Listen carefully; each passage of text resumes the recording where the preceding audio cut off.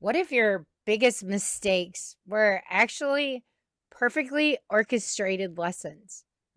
What if the pain that broke you was designed to break you open? Today, Soulhouse Publishing is delighted to interview the author of the newly published book, Mad Wisdom by Shaylah Hopper. With raw honesty, very surprising humor, and some mad wisdom, this is not another memoir of overcoming. This is an initiation into seeing your own life as the sacred journey it's always been. Jackie, thank you for being here. Thank you so much for having me. Let's start with the big picture. What inspiration did you have to write Mad Wisdom? Was there a particular moment in your life that made you feel this needs to be shared with the world? Yes, absolutely. And by the way, that was the most beautiful introduction. I appreciate it so much. It did a wonderful job of capturing so much of what the book is intended for. So thank you so much. And yes, I found myself single at 51 years old after 20 plus years of marriage and raising children, robust career. And all of a sudden, my life had taken such a dramatic pivot. And it was basically starting over in many, many ways. And at the same time, all these life lessons and events and insights from all of my life leading up to that point just came rushing forward, almost like a Rolodex. And I felt myself at the time just, it was so important to capture it. So I started journaling everything just to get it all down. And as I was doing so, I was seeing how much my life prior, even 30 years prior, had prepared me for what I was going through. So it was so important. I knew that the message needed to be shared, but I didn't do anything with what I had journaled for about a year. And when I did decide I wanted to do something with it, I had no intention of writing a book. I thought I might do a blog. And so I started taking my journal entries and writing them as blog articles. And what I realized September of 2019 was these articles I was writing were really chapters of a book. That's what it turned into. And that's when I noticed it. And so for 4 straight months, September of 2019 to January of 2024, I was nonstop writing my book. How did you decide which life events to include in the memoir? It's such a great question because, like I was saying, it just came rushing forward, these insights. So it was the insights and these special nuggets of truth that had come to light for me that I wanted to share. So the life events that supported those insights and lessons are what naturally and organically became what I included. Beautiful. So, if we think about what primary message of your book, like what is, I know I shared some stuff in the beginning, that's my perception. What do you see as your primary message of your book that you're seeking to convey to your readers? Which you did a very good job with me, I have to say. Thank you so much. Well, Mhm. the premise is that we are all souls here in physical being attending the school of life. Mm. And once we fully 100% embrace that understanding to our core, we start realizing that events aren't happening to us, they're happening for us. They're there for us to learn. So we move from saying, why is this happening to me, to what can I learn from what is happening right now? And that's the main message. I really felt that in there. I felt empowered uh, to like even ask that question and then kind of see how somebody else would solve something like that. I in my own work, I see how writing such a personal memoir can be emotionally intense. Jackie, were there any parts of the book that were particularly difficult for you to write? Like, how did you push through those? Yeah, it is very intense to look back on your whole life and see what you've been through. And I have to say, it gave me a lot of compassion for myself to see what I had worked through and been through, and that, you know, I was a pretty brave and strong soul. So I want to start with that. And also, for sure, the most difficult chapter was chapter 4, the oxygen mask, and it's talking about the pain and the process of deciding in my marriage that it was no longer right for me and for the bigger picture of life overall. And it was really hard. But what allowed me to push past it was that, first of all, I do believe, I'm a big believer that pain is a portal, and it is in the process of making peace with our past that we're fully whole in the present, and it's an important process to do that. And I knew at the time that that's exactly what was happening for me, so it was cathartic for me also. Wow. I actually got to see parts of my experiences in life that I had forgotten about were experiences that were very impactful to who I wound up living the rest of my life around. So you did mention that the book was written in, we could call it two waves, starting in 2019, where you began your journaling, and then picking it up again in 2024.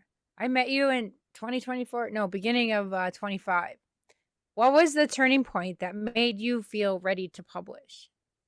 Right. So as I was saying, here I was voraciously writing these chapters of my book, in 2020, well, 2019 to 2020. And it was as if the universe just all of a sudden said, "Oh, just kidding. You're not really," because the road was not rising to meet me.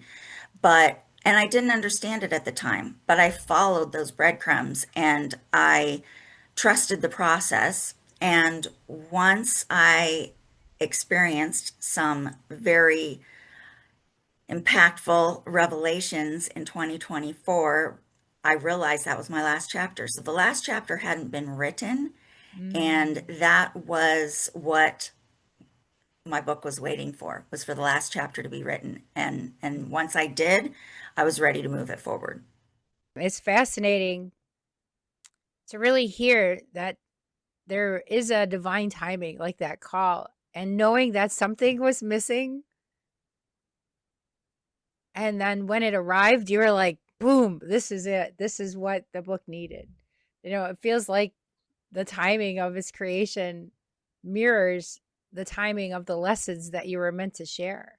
Almost like the book did have its own divine timing. Yeah, So I've always felt that way. I felt that the book was its own consciousness or entity of itself. It had a personality and a mind of its own. Yeah. yeah, yeah, I like to see books like that, that they have their own consciousness. So let's see. Can you share? Some people might have questions about this, but can you share the story behind the pen name Shaylah Hopper? Shaylah Hopper has this distinct, almost playful tone to it. Did you feel it matched the like this modern and sometimes sassy voice of the book? Jackie Stone is pretty tight too, just saying. Well, thank you so much. The name came about pretty playfully. Yes, it was a combination of an Eric Clapton song I heard on the radio, and I love Layla, and did an adaptation that became Shayla. So nothing really deep there. I did want to incorporate something about my son into the name because my daughter was responsible for the title of the book. Mm. And one day, Johnny and I were walking out the door, and we decided, and he would say a similar phrase frequently when we would be walking out in the morning off to school, and he would say, "There she goes, hippity hoppity." And I just love that little statement that he would make. And one day I decided that was it. That was the phrase. So I adapted it to Hopper, and I feel that it really does embody who I am as a person, an energetic and lively person, and that really did come through in the writing. Yeah, it's playful, and that would it's in the name. I totally feel this. I Yeah, and one I didn't answer part of your question, I think, which is why I decided to do it. And it really came about because after I wrote the book, I realized the stories were so personal and they did affect my family, and they were part of people's lives that I did not think should be public otherwise. And I have gotten a little bit of I would say not so much criticism, but a lot of questioning, like, why, haven't you published it in your own name? Are you not proud? How are you going to market it if it's not in your own name? And I really have to leave that to the universe because I know that what was written was what was meant to be written. So I also know that I don't want to disrespect anyone in my life. So, with those things in mind, it's up to the universe. It's up to mad wisdom to decide who and where it will touch anyone. So, I'm trusting in that process as well. One of the book's key ideas is that life is like a spiritual curriculum, right? And this is really keeps true to that concept, and how synchronicities are these breadcrumbs that just keep guiding us, right? Could you share an example of, like, from your life that felt like the universe was stepping in to guide you? I know that you were talking, and this is maybe a part of the book, but we did share already how you were guided to not just make a blog and then it started growing. We understand that. But could you share an example from your life that felt like the universe stepped in to guide you that you share in the book? Well, it's always stepping in to guide us, right? Every moment, everything that's happening is always a little guided experience. And I do share some good examples of that in the book. And I would say that the most monumental example comes in chapter 13, which is, the big surprise ending. But I think I'll go back to the book example. You know, like I said, here I am voraciously writing this book. And it's almost like I have no choice in the matter. It's coming out. And then because it was completed January of 2020, it's a pandemic. And I tried the self-publishing route and it just didn't happen. And so I was like, why did I go through all that? And I went back to it a couple of times and tried to decide or determine, was I supposed to do something with it? I edited it a bit, but nothing sparked me.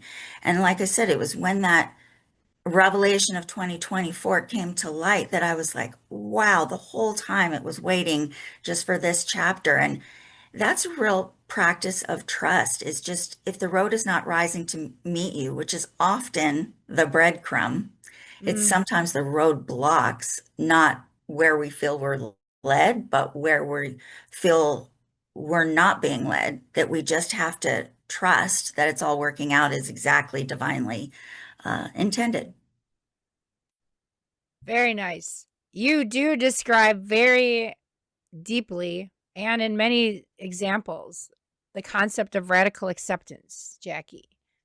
It's beautifully expressed in the book. How can readers begin to embrace this mindset of radical acceptance in their own lives? In your mad wisdom. Yeah, it is so important. So, manifesting is a concept that has become so much more known today in popular society. And, I think it's a great opportunity for us to understand our role as co-creators in what we are manifesting for our Mm, future. If we're unhappy in a relationship, if we're unhappy in our workplace, or whatever circumstance it is, we are creators of our future reality. But I think the piece that gets missed in that, or that we lose sight of, is that our lives really aren't about the future, they're about the present. And it's important, it's critical, actually crucial, that we are in such pure acceptance of the present moment, no matter what we're going through. And I think once we learn, and that's the little secret sauce, I think, to manifesting, is that once we learn to be absolutely in acceptance with no resistance to our present, whole and fulfilled, no matter the circumstance, we are whole and fulfilled. And that is the state of being that is creating every present moment to follow. So that is radical acceptance, because there's nothing more challenging in our lives than sometimes being at total peace and oneness with what we're going through in the present, no matter what it is. That is something that I really loved about Mad Wisdom, is how accessible it is. You take these deeply spiritual concepts, or not so deep. People might be, confused or thinking, can't manage that. That's not my kind of thing. But you take it like synchronicity and this radical acceptance, and then you make it so relatable. In the book,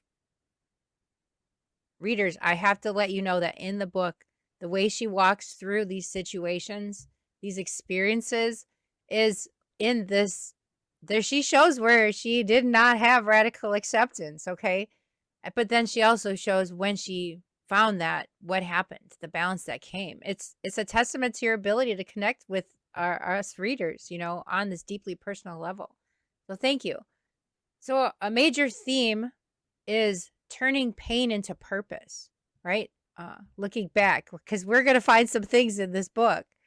But looking back, which painful moment in your life do you now see as the most transformative that you shared in the book?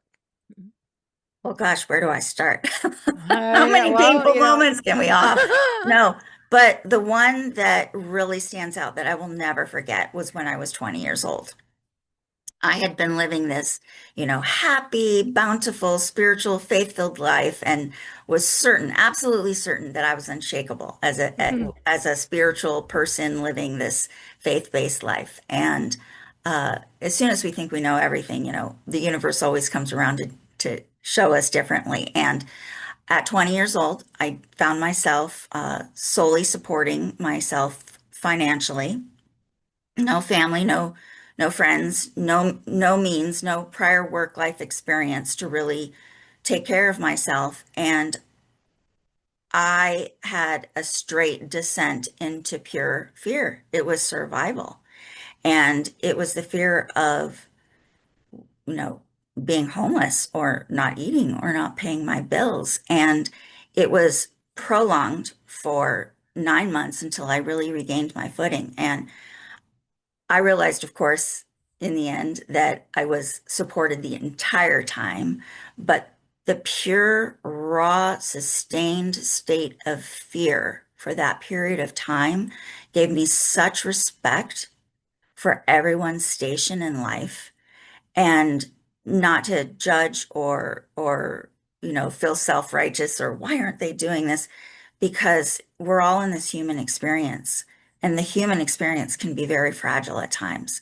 Uh, and so I think it not only taught me to really respect everyone's station in life, but to have so much gratitude for every single thing in my life every day to this day.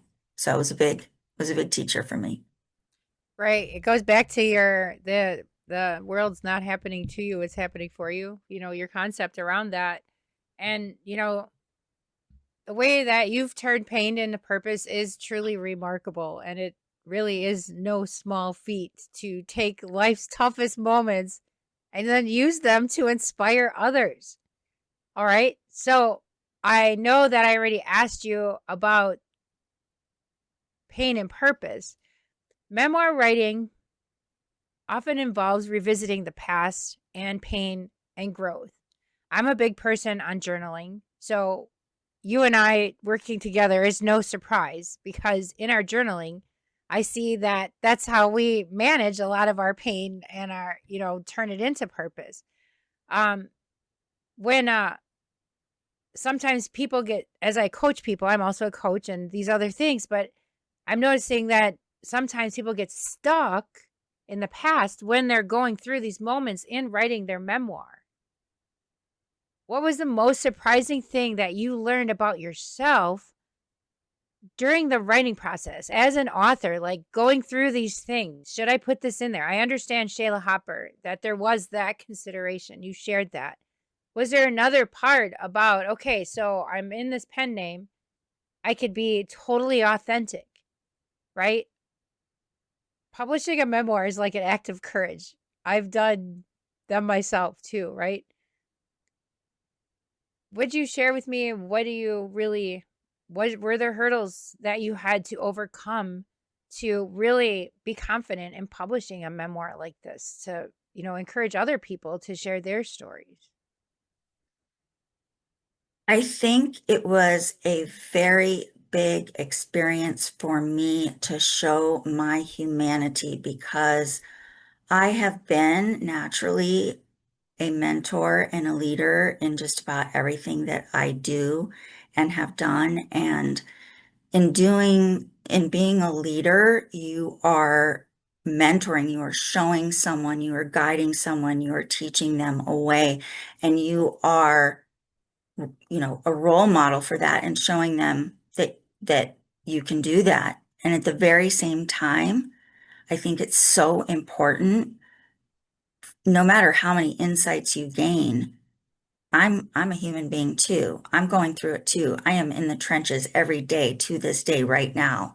And so I learned that I just needed to be really honest, 100% honest with everyone about who I am and my struggles. And honestly, the great thing about writing the book is I did it and I felt it was of service to others. And yet, because it had this long period of time where I was going back to it and editing it and wondering what even when I wrote chapter 13 and was going back and editing it, it was supporting me in my process and the struggles I still go through to this day. So it's there for others, and in many ways it was of service to me as well. Well, thank you for taking on that challenge, to really do the looking first, right? The journaling, it all starts somewhere. And then, having that courage, finding that courage, creating that courage to, bring it out and share with others to help liberate and free them in places that we forgot we were constrained. So beautiful. Jackie, tell me this now. What was it like to hold the finished book in your hands for the first time? Did you feel like the culmination of your journey is done, or is it just beginning of something new?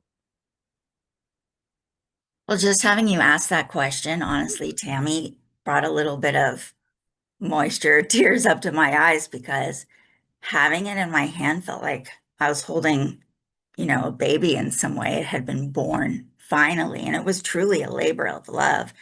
And so just really humbled and honored and proud to finally have gotten it out. And the sharing, you're having wonderful sharing of it already, I've heard.